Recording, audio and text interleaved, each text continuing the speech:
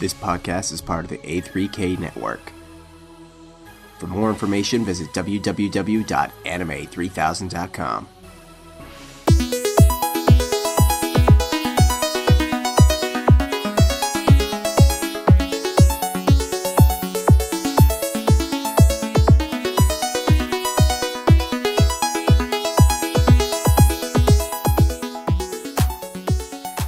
Okay, welcome to the A3K Manga Corner. I'm JD Banks, and today we're going to be talking about interesting characters in manga. And today we have Imran Khan.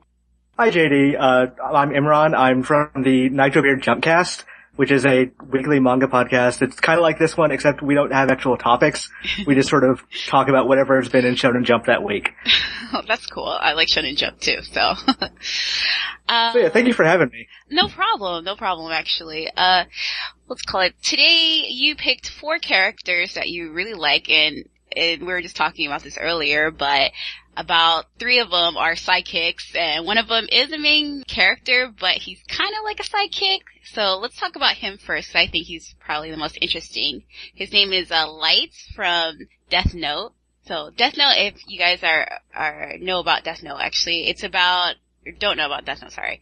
It's actually about a guy who decides that he wants to change the world. He's this genius, and he picks up this Death Note. And it's actually where you can write your name in, or anyone's name, not my name, but anyone's name into it. And Shinigami, or Death God, will kill that person in a certain amount of time. And if you specify which way you kill them, they will die that way. So Death Note is really a twisted series that focuses more on the antagonist and not the protagonist. But the antagonist is Light, who we're going to talk about actually.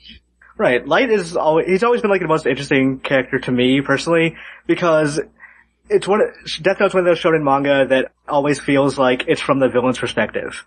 And that's one of those things that you don't see that often in Shonen Jump, but when it does happen, it feels like a kind of breath of fresh air. Yeah, a lot of manga or comics in general are set up to be like the antagonist is the main character and you should focus on him versus, the protagonist, right, the good guy, Which in like the last 10 years has been a bigger thing. Like you look at Code Geass that the anime had Lelouch, which is basically the whole thing is the story of Gundam, but from the side of Zeon. It's sort of like the way Death Note works is that you have this person who's killing people, and by all rights he should be the worst person in the world, but you're rooting for him over the detective. Yeah, it's kind of like a twisted, like, Batman versus Joker kind of thing. Yeah.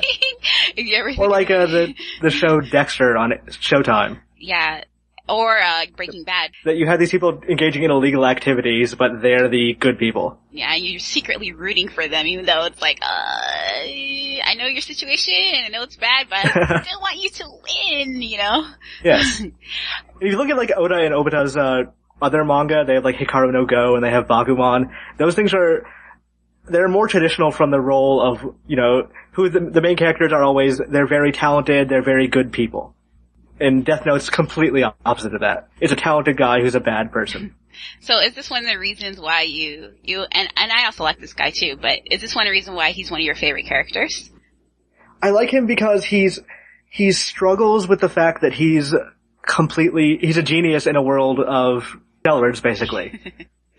He thinks that he's the best and he should be treated as the best, but he has no outlet for that. He just has to be, within the Japanese society, he has to be as good as the process lets him be.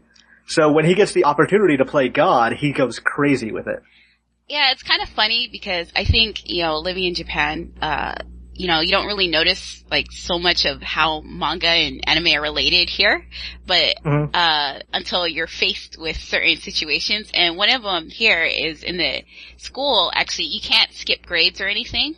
You actually have to go through each grade. You can't test out of it or anything like in the States. So, Light, being a genius, he can't be too forward about anything or too direct. And in Japanese culture, being indirect is actually the best way to get along with everyone. So, he can't be like, oh, I'm the best, I'm the shit, that kind of thing. So, so, I think that this outlet becoming, a Death Note and, actually making it real, I think it's really kind of scary for Japanese people, actually. Yeah, and that's sort of the great tragedy of Light, is that in the end he sort of does to make that world he wants to make, that everyone is afraid the Death Note serves as a great deterrent to crime, but nobody knows it's him. Nobody will ever find out until he gets caught and killed. You know, that he has a time limit on his life, but in that time he can try and make the world a better place, but it's in its own weird, kind of dark, warped way. And I think it's interesting that the characters that we're going to talk about today, actually, they have a similarity to Light, being that Light has kind of this poker face, but on the inside he's completely different, you know? Everyone sees this, like, perfect, like, poster boy, but on the inside he's actually really dark-hearted, you know? So, and he wants other people to not see that dark-hearted, but see his logic, basically, how he wants things. So I think also that's really, really big in Japanese culture, because you can't really say what's on your mind, aka being direct. So it speaks to a generation of people that want to break out but can't. And I mean, in some ways, Death Note's a warning that don't go too far out of your station. I think it's more of a warning of don't keep everything inside. Don't keep it kept away, because it just builds up and becomes this big monster. And in this case, it becomes like a Shinigami. A literal monster. Yeah. But I think the other character you pick, and he's from Beelzebub. Beelzebub, yeah. Yeah. His name was Takayuki Furuichi. He's kind of the same way in a way that he seems calm and, you know, just like, oh, there's like nothing wrong going on, but then he's at the same time really perverted. Yeah. He is the definition of a straight man, and Beelzebub is mostly it's a battle gag manga. So they need the person that everyone can play off of, but over time they've actually started giving him more character development, and the reason he stays the sidekick is that he fully realizes it, but he knows that people above him need people below them to push them up. And that's one of the things I like about shonen manga sidekicks, is that they always have that personality that, okay, I may have to sacrifice my own self-interest for a little bit, but it's for the greater good.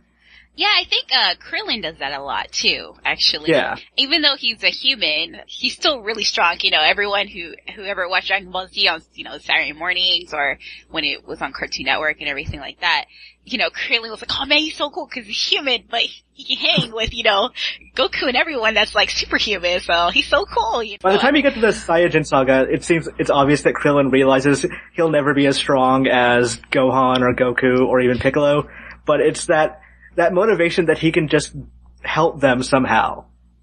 That's, like, it separates him from Tien Shin Han and, from, Yamcha as well. Yeah, and I think it starts to show a lot through, as the series goes on, even when, later on, when they have to fight, like, the androids and even further on through Dragon Ball GT. So, it's really, I think it's refreshing though to have, like, that one character that isn't superhuman or has superpowers, but he or she, they're on the inside, their character is really strong and is actually sometimes stronger than the main character.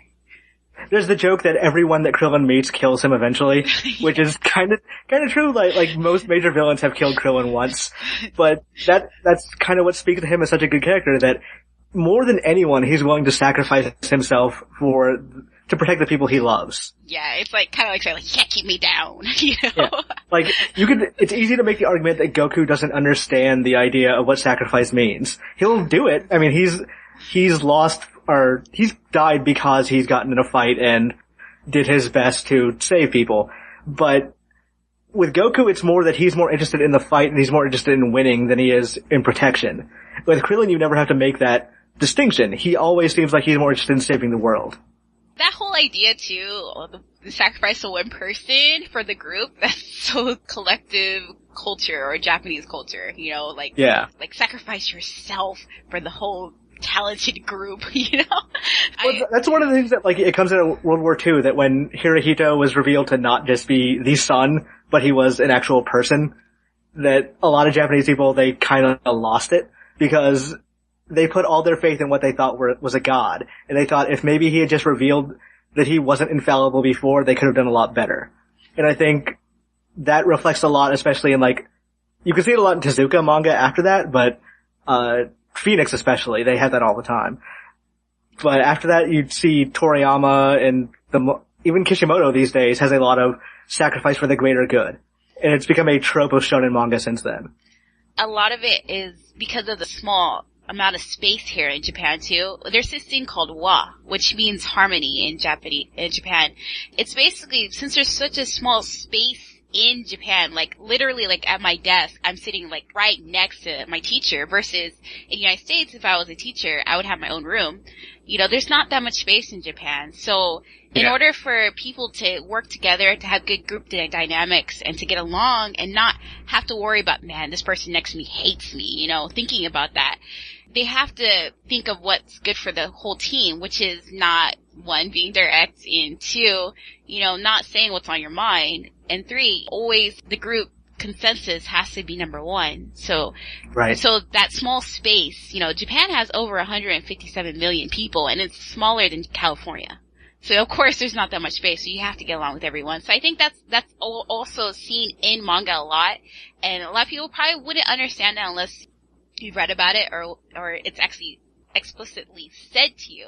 But it's really common to see that in manga, and I think some of these manga actually, you know, like One Piece, you know, you pick Zorro from One Piece. It's such a, you know, about that friendship, group dynamics and everything, but sometimes you'll see like some of the characters are thinking something, you know, something bad about the other character, but they don't actually say it sometimes, and you're thinking, why don't they just say it, you know? Why don't they just say it?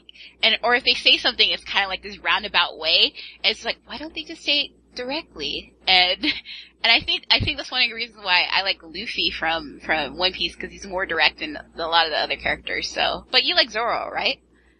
Well, one of the reasons we were talking about the consensus there is that that's one of the good reasons about Zorro, that there's somewhat of an argument going on in One Piece communities these days about whether Zorro's actually stronger than Luffy, which, I mean, that's age-old argument about every series in anime ever. But if he actually is, because he's so intimidatingly strong, the fact that he follows Luffy is because he believes in his ideals, and he trusts Luffy to be his second in command. So as long as he's pushing Luffy up, he knows Luffy can become the Pirate King. And that's one of the things that, like, most of these guys, as we mentioned, were sidekicks. And Zorro being like the ultimate sidekick, the guy that he could win every battle for Luffy if he wanted to, but Luffy wouldn't want that and he wouldn't want that. He's just going to be he's going to be Luffy's sword for all intents and purposes. Thinking about these characters though, that even though that they seem like they would be, you know, great sidekicks, if they're by themselves and the show is evolved around them, it probably would be kind of strange, wouldn't it be? Because I think you could reasonably make one about Zorro. I think he can be good as his side thing, you know, but I'm thinking if you take about Luffy and some of the other characters, then I was like, can Zorro really carry a show by himself? Maybe. But then when you think about it, like, Luffy really is such, like, he's the glue, you know, pretty much, so. Yeah. But when you put them into a series where they're the second character or the third character or whatever, then they become, like, the glue, but I don't feel like they could stand alone by themselves without these other characters around them. That's one of the things Oda did really well with One Piece, is that he made probably the best ensemble cast for a manga since Dragon Ball. And thus far, I don't think anyone's really managed that quite as well. Bleach tried and didn't get very far. Yeah. I think Fairy Tail actually is really good. You know, because Fairy Tail, I think he learned from One Piece. And although One Piece is great, it's actually still very, very popular here in, I'm in Okinawa. It's the island, very last island in Japan. But it's really big here. Anything One Piece is like really popular. But I think Fairy Tail is also like something that it's kind of grown into something that's a little more cohesive, I think, than One Piece. Yeah. So I think, some characters, I think he put more female characters that are like, they're like a mainstay in Fairy Tail. Ezra, I think she's really cool, but she's just like Zorro and these other sidekicks, you know? She's kind of like, she's really strong, she's stronger than these other people, but she has a poker face, but she actually has this really dark history, you know, behind her.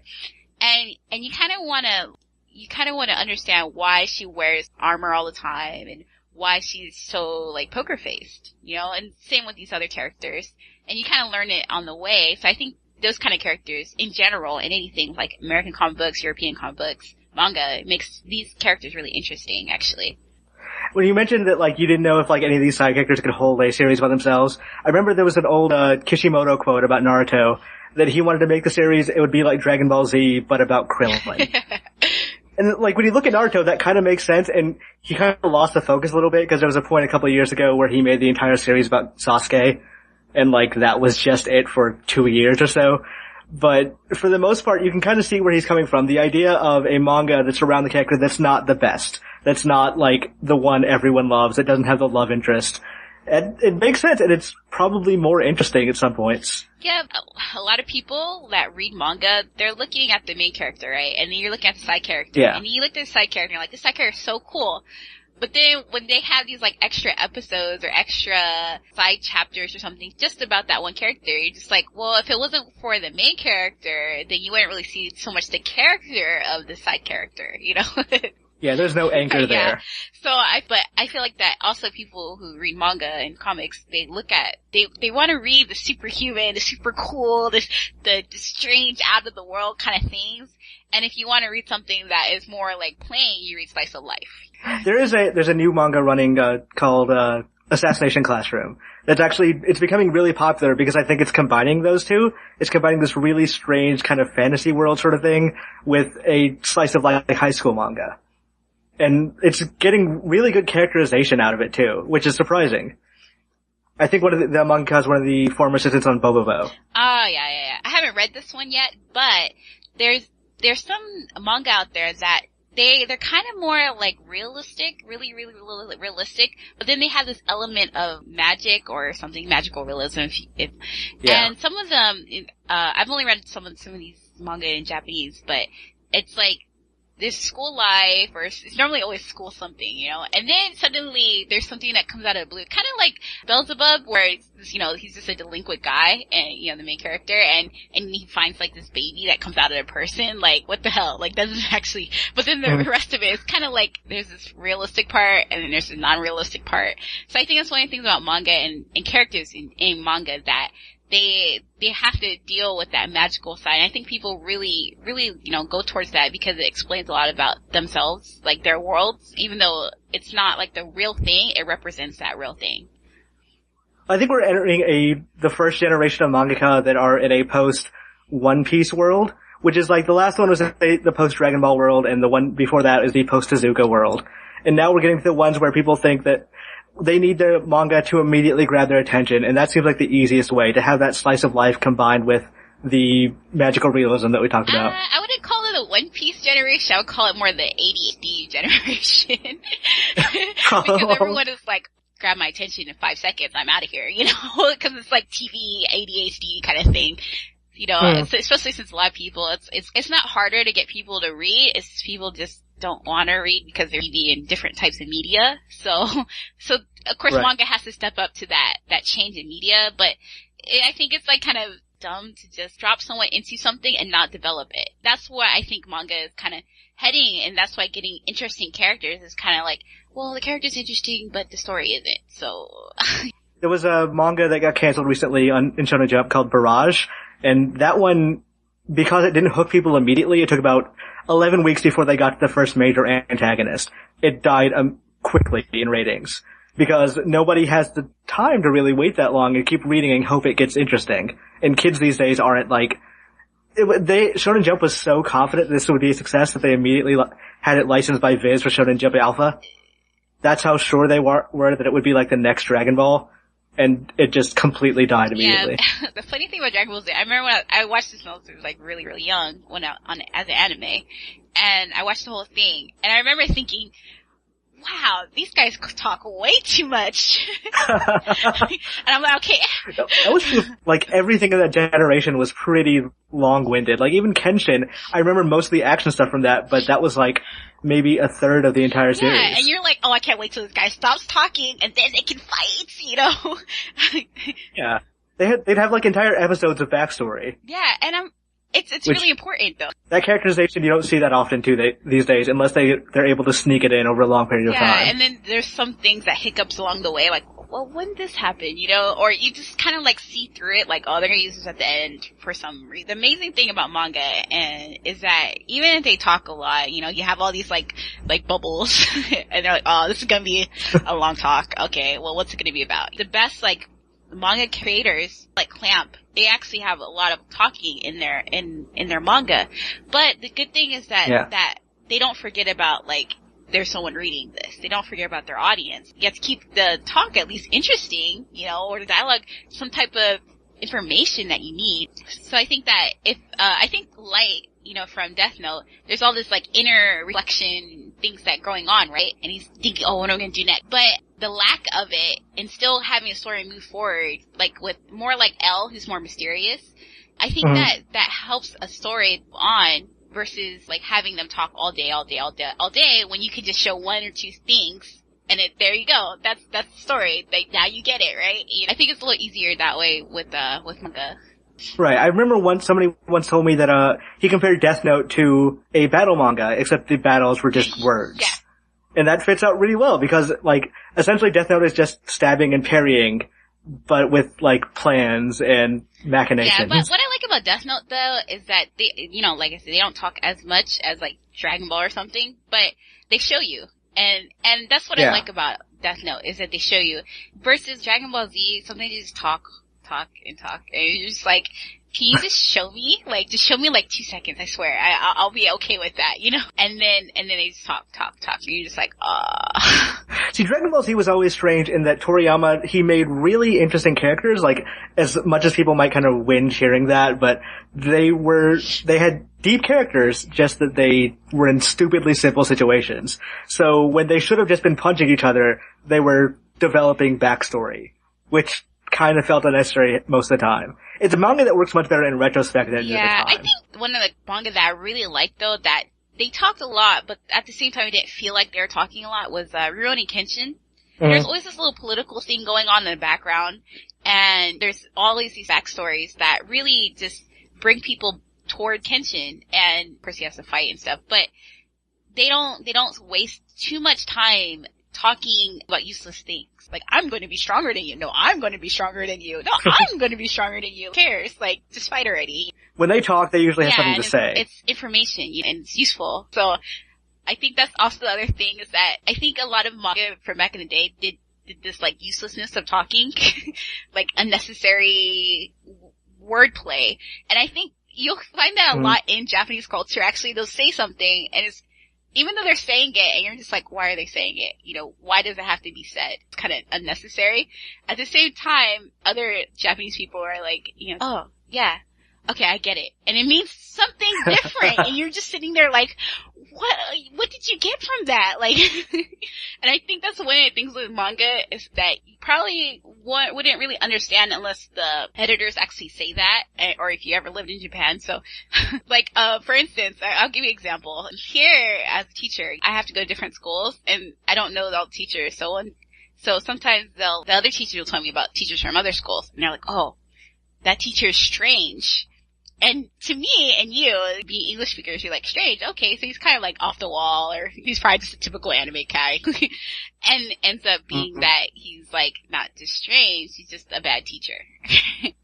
So like in a lot of manga, if you read it like in Japanese, you'll be like, huh? Like, what does that mean? You know, and you have to take from it that kind of speech to pull out like the meaning in between the words. It's really, really hard to do, actually.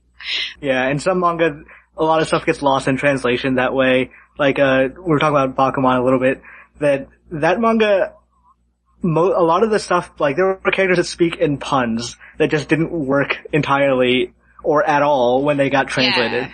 And I can imagine authorial intent aside, a lot of people that might have liked that manga just were probably put off by the writing after a while. And it's kind of like in English, talking in catchphrases only. It's kind of weird. It's like, way to go! Wow! Oh my god!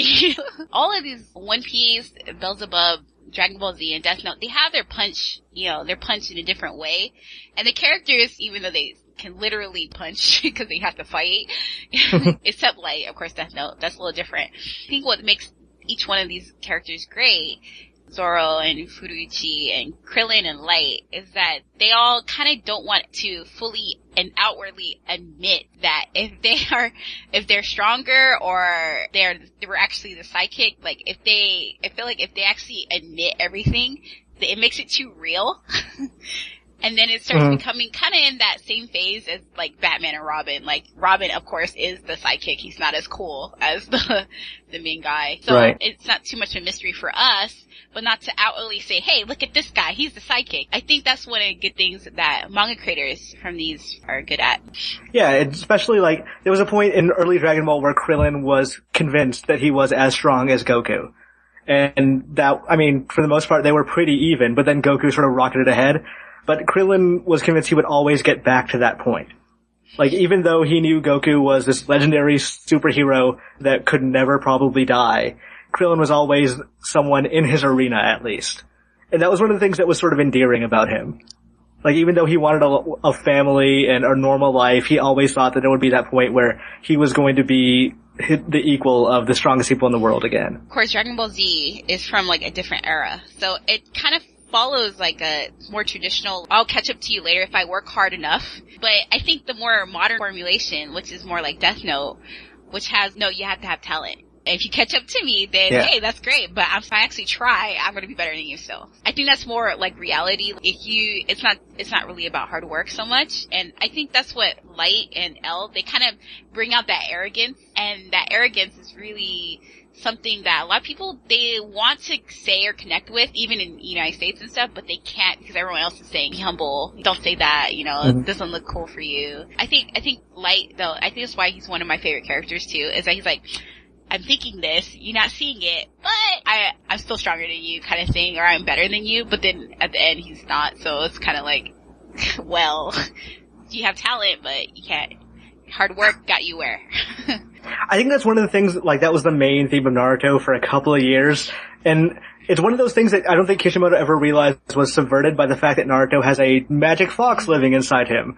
And that it kind of destroys the you can do anything if you work hard idea if you were gifted the power to do so. Yeah, but I think Sasuke, they both have this thing inside of them that, that activates itself, and that's their talent. That's the representation of talent. It's inside you already. You just have to make it come out, especially if you work hard enough. And I think with Light and from Death Note, that's not necessarily true. It's like you just already have it, but there isn't. But he was given the power to do so. Yeah, but his intelligence is what I mean, is his talent. His genius, him and else. At the same time, like, just because you're given something doesn't mean that you can make it, work hard enough to make it work in your favor. Just because you have a talent doesn't mean it can work in your favor. Nowadays, more contemporary manga, after Dragon Ball Z, is kind of like, well, you can have talent, and you can have it born inside you, but there's a whole journey involved in making it come out. So I think with Dragon Ball Z, Krillin was just human, no matter how strong he would get, and he would realize this along the way that he couldn't get there. He wouldn't be able to get there because he doesn't have that little gene that says he can go Super Saiyan or something, So, yeah. So with Zorro is really interesting because one reason I like him is because he has that suave character. He's a suave character, literally. Like, he's a suave character. And Light has that too. He's a suave character. But these other characters, they're not really so suave. What I like about Zorro, though, out of all, like, the manga I've ever read, I think he's probably the most suave character I've ever read about.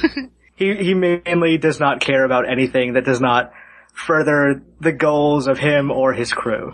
Which is, I mean, it's fantastically focused, I suppose. It's one of those things you don't tend to see in other manga of a character that's so completely one-dimensional and that their whole thing is just, moving forward, but they still manage to have a backstory and personality besides that. Yeah, I think One Piece normally has, like, it's weird. It seems one-dimensional when you first watch it or you first read it, but it's actually not one-dimensional. Yeah. And I think that's one of the strangest things about One Piece in general. I think that's probably one of the reasons behind the success, honestly, is that if you're willing to stick through it, you probably get a much richer story than you would if you were to stick through, let's say, Nisekoi or something else running in Shonen Jump. Yeah, actually, one of the reasons why it's been successful is that it uses reality, like friendship. And a lot of people, especially in Japan, loneliness is a big part of what people feel here, because they have to be, even though they have to be part of a group, there's this wall that's up. And even though that wall, it seems like it can be broken, at the same time, people keep their distance from each other, even though they're, like, right next to each other. And I think one of the things about One Piece is that Luffy especially can break down those walls, and people, even though they're still one-dimensional, they still gravitate towards him, and and it's so straightforward that you're just like, oh, I get it. And oh, I understand it. Oh, I can relate to this. Or I want that. And it's so easy for those one sentence statements with One Piece. But then if you go to something like Death Note or Dragon Ball Z, it's not quite as one-dimensional. It's not like you can say one statement like, oh, I like Krillin because he's human. Why? Because all these other characters are human. And it's one of those things that, like, shonen protagonists in general, for the last 10, 20 years have been. They've always had that quality of being able to touch the hearts of the people around them, and that's why they're so popular and so loved. Because they're able to gravitate friends towards them. For interesting characters, though, in manga, like, what persona do you kind of gravitate towards? I tend to like characters that are mostly quiet and strong, I suppose, like Zorro from One Piece. Like that kind of idea of the character that does not need to show off, but when they do, they're fine. Like, they will win every fight despite looking like the underdog. I noticed that, all these characters, they kind of look the same too, except Krillin. Krillin is yeah, cause Zorro has like this like bob or whatever, and then Furuichi has his bob, and then Light has his bob haircut. So they all kind of have the same bob, but they're just slightly different colors.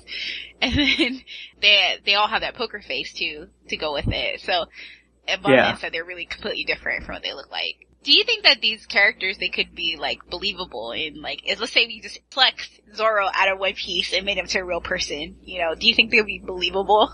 I don't think Zorro would. He's a little too, like we mentioned before, focused, I guess would be the nice way to put it. But, the rest of them, I mean, you see people like Furuichi, the people who cling to those above them or those they think are more powerful, and you see people like Krillin or Light that they have stations in life and they're trying to get out of them. I mean, they have different ones because Light is inherently talented and Krillin isn't. But they're people that they have realistic motivations that, you see everywhere. And that's something that always appealed to me about them, is that they always want to get further than they are. It'd be funny to see, like, Krillin meet Light, cause Light's like the bad guy and Krillin's like the good guy. and like real life, like in the alleyway, Krillin would beat the crap out of Light. I imagine Light would just try to outsmart Krillin, and that wouldn't matter because I don't imagine Krillin thinks that much. Well, I'm going to outsmart, and a fist coming toward his face. So yeah, I don't think so. The only thing is that Krillin would be a lot shorter. Well, I think Krillin is kind of, I think a lot of Dragon Ball Z characters, they seem modeled after a lot of like Okinawan people, because actually Krillin reminds me so much of many people I've met here, actually. So I think it's pretty believable. If you take away all the magic powers and the superpowers and superhuman stuff, then Furuichi definitely is, like you said, every male. Yeah, cause I have students like this. I teach high school and I have students like this guy. So I'm like, okay, please don't come near me. So I couldn't imagine, like, I feel like even though he has a really strong poker face and he's very logical, in his own way, but very perverted, I feel like he's not as interesting as these other characters, but he's the most realistic one. One of the reasons I probably like him is that I used to ride the train from Yokohama into Tokyo every day, and you see kids like that all the time. They're everywhere on the train, and they're constantly like being sort of loud-mouthed and, freaking out and being a little too close to other people. Actually, Japanese culture, it's really weird. They don't like to touch or anything, but then they have like some of the most perverted like manga and everything. And they even have a train that, one of the trains in Tokyo, it's a women's only train, because you have to face all the groping and touching and stuff, which I have not had to experience, thank goodness. I've seen a few of them. It's not pretty. I think Furuichi is definitely one of those characters that you'll find on that train. Someone you could pluck out of that manga and put into real life without missing a beat. Yeah, and I don't know, I think Zorro, even though he's a cool character, I don't know where I would find him though. Maybe at a host club or something. Somali pirate, maybe. I don't imagine them having a suit on though. Are there any like manga series or anything that you read that aren't that very popular, but you'd like to, advocate them anyways? Shonen Jump is running a web series now called One Punch Man. That the artist is the guy who used to do Eyeshield 21, Murata, and the writer is someone called One, and it's probably the best action gag manga I've seen in years. Like, if you like, the stuff Murata is doing with the art is incredible. Like, he's doing really interesting, amazing things that just would not work when on paper, but work fine in a web comic. So if you can find that or look it up somewhere, I highly suggest reading it. Great. Well, I'll actually add that to the show, so for those of you listening later, if you guys need to see it written down, I'll have it written down in show notes, you know. Okay, well, since we've gone through all 4 of our characters, Zorro from One Piece, Furuichi from Beelzebub, Krillin from Dragon Ball Z, Light from Death Note, and various other manga and Japanese cultural things, I think we're gonna call it a wrap today. Imran Khan, thank you for being on Anime 3000's Manga Corner. Thank you. Thank you for having me.